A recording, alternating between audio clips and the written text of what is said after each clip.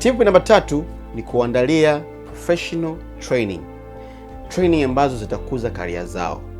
Huyu mtu akija, kama anajua kupiga picha, hakikisha anajua kushoot video au anajua kufanya projection, kwa sababu unapo training watu wengi wanakuwa wanajua kuweza kufanya vitu vingi. Itakusaidia hata pale ambapo hata fulani atakapokuwa hayupo, huyu anaweza kukava majukumu ya huyu, akava majukumu ya huyu.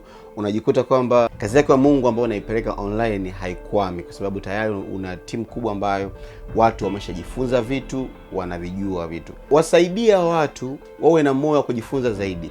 Kuna watu wanafanya training kama sisi tunafanya training Power of Camera, tuna train watu.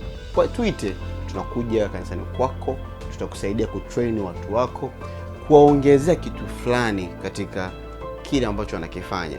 Pastor, ukiweza Mungu amekubariki, wapeleke hata ukaibuni, wapeleke nje.